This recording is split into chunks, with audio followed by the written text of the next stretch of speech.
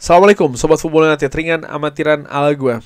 Manchester United, title contender, penantang gelar juara. Apakah mungkin terjadi? Hal ini menurut gue menarik. Karena begini Sobat Football United, yes, kita baru 9 pertandingan ya. Artinya ini bahkan belum sepertiganya. Masih ada berapa nih kalau total jumlah pertandingan itu 38 ya. Masih ada berapa? Cukup banyak pertandingan yang harus dilalui oleh Manchester United untuk bisa mengakhiri musim ini dengan segala kemungkinan yang bisa saja timbul kalau melihat misalnya Manchester United di awal penuh dengan ketidakkonsistenan ya. Dan saat ini Manchester United bermain atau mendapatkan hasil positif yang lumayan konsisten nih, 3 kemenangan beruntun, dan ini betul-betul mendorong juga posisi Manchester United di klasemen. Tapi sekali lagi itu baru 9 pertandingan. Masih ada 29 pertandingan lagi. Masih sangat banyak sekali. Dan seperti gue katakan, bahkan sepertiga pun juga belum. Nah, title contender. Ini menarik. Manchester United saat ini berada pada posisi ke-6 dengan nilai 16. Selisih gol saja ya dengan peringkat kelima Manchester City, selisih 1 poin dengan peringkat ketiga dan juga peringkat keempat Tottenham dan juga Sunderland, selisih 2 poin dengan Bournemouth di posisi runner up, dan selisih 6 poin dengan Arsenal. Nah, gue ingin mengajak ke pertandingan yang sudah terjadi dulu nih ya. Utamanya 2 pertandingan atau 3 pertandingan deh, menghadapi Arsenal dan menghadapi Fulham serta menghadapi Brentford. Nah, menghadapi Arsenal kita kalah. Ya semua sudah tahu hasilnya. Kalah kontroversi, gol dari Calafiori. Apakah itu pelanggaran atau tidak? Gue sudah sebutkan hal ini juga di video sebelumnya. Altay Bayindir ya kan. Apakah itu dilanggar atau tidak? But anyway, kalau pertandingan itu di mana Manchester United tampil bagus. Salah satu penampilan terbaik sebenarnya menurut gue secara ringan amatiran sampai dengan sejauh ini kalau berbicara terkait dengan penampilan. Dan misalnya kalau Manchester United pada saat itu menang, maka kita akan memiliki poin 19. Dan kalau Arsenal yang berada di peringkat ke-1 itu kalah, berarti kurang 3 poin kan. Sekarang 22, kita kurangi 3 berarti 19. Artinya apa? Manchester United nilainya sama dengan Arsenal, 19. Selesai sampai di situ? Sebentar dulu. Menghadapi Fulham, kita seri. Tapi jangan lupa, Manchester United punya penalti yang tidak bisa dimanfaatkan. 20 menit pertama banyak peluang. Katakanlah penalti itu masuk deh. Manchester United mendapatkan kemenangan. 3 poin di atas Arsenal. 22. Selesai sampai di situ? Belum. Menghadapi Brentford, Manchester United kalah 3-1. Tapi jangan lupa, ada juga dinamika di situ.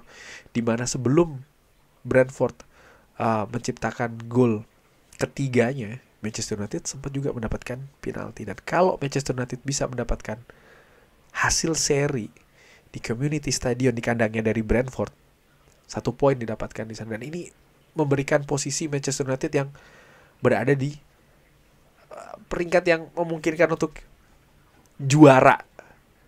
Kalau dilihat dari hitung-hitungan seperti itu ya.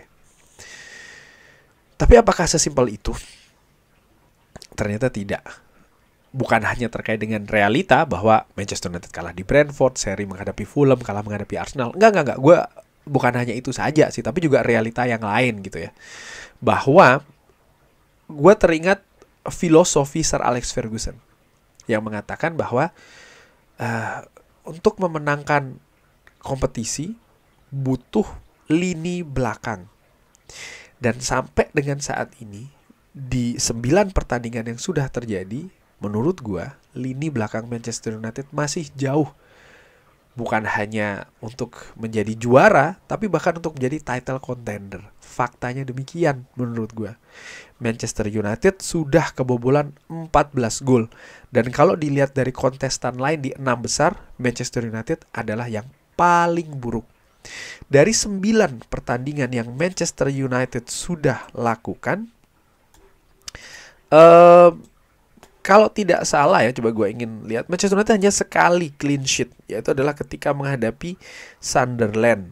Selebihnya Manchester United selalu kebobolan.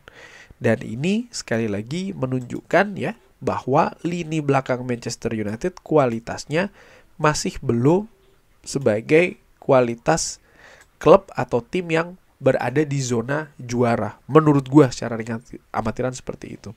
Saat ini coba bandingkan dengan Arsenal.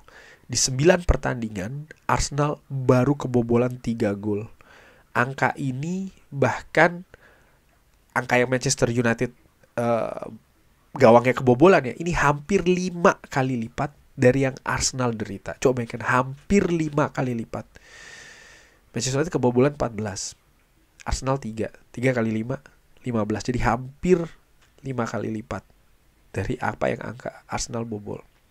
Dan uniknya juga, dari 16 gol yang diciptakan oleh Arsenal, sebagian besar dari statistik yang gue dapatkan, gue bisa jadi salah ya, tapi lebih banyak dari set piece dibanding dengan open play. Ada masalah di situ? Enggak, menurut gue. Ini justru membuktikan bahwa ya, klub dengan situasi posisi berada di perburuan gelar juara bisa memanfaatkan segala situasi, bisa memanfaatkan segala alat dalam tanda kutip untuk bisa mencetak gol. Apakah itu dengan open play, apakah itu dengan set piece, apakah itu dengan macam-macam. Menurut gue dengan bola direct atau seperti apa, doesn't matter. Pada akhirnya strive to the goal, bisa langsung menuju ke hasilnya. Manchester United di periode-periode kejayaan dengan Sir Alex Ferguson bukannya selalu tampil bagus dalam permainannya, enggak, banyak juga Manchester United kalau banyak tampaknya terlalu berlebihan, sering tampil tidak bagus tapi tetap bisa mendapatkan 3 poin, dan pada akhirnya 3 poin demi 3 poin inilah yang menempatkan posisi itu ada di mana ya kan, di papan klasemen. Dan ini menurut gue hasil yang juga harus, atau situasi yang harus Manchester United perbaiki. Kalau melihat juga bagaimana cara Manchester United kebobolan, masih sering Manchester United ini kebobolan dengan cara-cara yang sangat simpel. Dan ini menurut gue bukan performa tim yang berada di perburuan gelar juara saat ini. Sekali lagi, saat ini. Kalau Manchester United bisa memperbaiki hal ini, kita bisa berbicara tentang hal yang lainnya. Mungkin Manchester United bisa jadi akan berada di perburuan gelar juara. Tapi ini harus diperbaiki dulu. Bagaimana dengan kemampuan mencetak gol? Karena lini belakang memenangkan kompetisi, lini depan memenangkan pertandingan. Manchester United pun juga kalau dilihat dari tim lainnya 6 besar, adalah klub dengan yang paling sedikit mencetak gol, 2. Yang paling sedikit adalah Sunderland. Sunderland 11 gol, tapi mereka bobolan sedikit 7 gol ya. Manchester United memasukkan 15 gol. Jadi Sunderland 11 gol dan Manchester United 15 gol. Lini depan menjadi sesuatu yang menurut gue saat ini ya, gue lebih yakin gitu ya, lini depan Manchester United dari satu pertandingan ke pertandingan yang lain, karena kinerjanya menunjukkan hal yang bagus. Artinya lini depan kemampuan mencetak gol bukan hanya dibebankan pemain depan saja, tidak, tapi pemain lain pun juga bisa melakukannya. Harry Maguire misalnya ya kan, ketika menghadapi Liverpool. Lalu bagaimana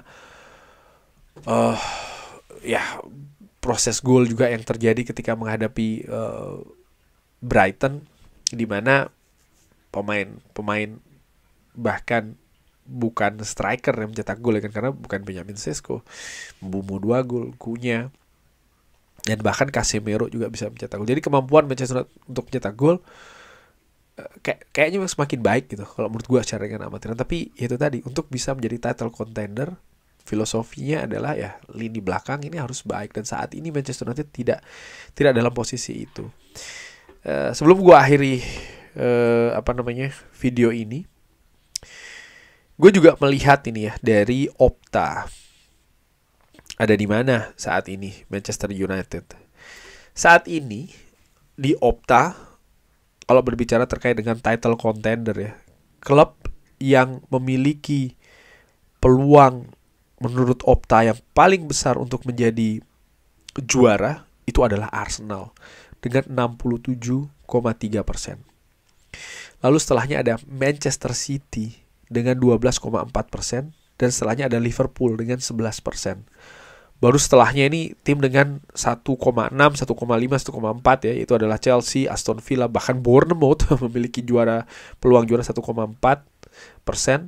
Ada Newcastle, Spurs, Manchester United sendiri hanya 0,6. Jadi menurut hitung-hitungan superkomputer Opta, Manchester United masih 0, peluang juaranya saat ini. Sekali lagi ya, tentu saja ini bukannya tanpa alasan. Mereka juga memiliki pengalaman, memiliki dasar kenapa kok Manchester United ini secara kalkulasi seperti ini. Tentu saja ini bisa diperbaiki, ini tidak statis. Ya itu tadi gue katakan ya, salah satu hal besar yang harus diperbaiki adalah kinerja lini belakang Manchester United. Harus memperbaiki betul, angka kebobolan jangan semakin parah.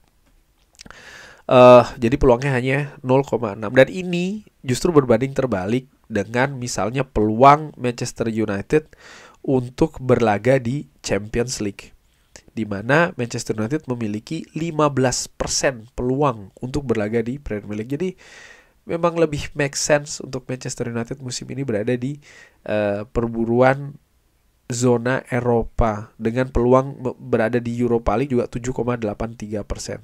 Nah yang menarik, tadi kita berbicara terkait dengan title contender ya. Opta sendiri masih memperkirakan ini diupdate setelah pertandingan ke-9 kemarin semua klub ya. Jadi Manchester United diprediksi akan ada di peringkat keberapa akhir musim nanti? 10. Ini tentu saja meningkat ya dari beberapa pertandingan sebelumnya, di mana diperkirakan Manchester United ini ada di peringkat belasan ya. Sekarang ini diprediksi ada di peringkat ke-10 akhir musim nanti. Artinya ya kita jangan terlalu muluk-muluk dulu lah untuk berbicara terkait dengan title contender menurut gue. Memang saat ini yang paling realistis menurut gue secara ringan amatiran adalah bisa menembus zona tiket kompetisi Eropa untuk musim depan. Kurang lebih seperti itu. Bagaimana menurut Sobat Kumpul United? Seperti biasa silahkan drop di kolom komen. Terima kasih sudah menyaksikan. Jangan lupa like, sholat, dan juga subscribe. Wassalamualaikum warahmatullahi wabarakatuh. Thank you.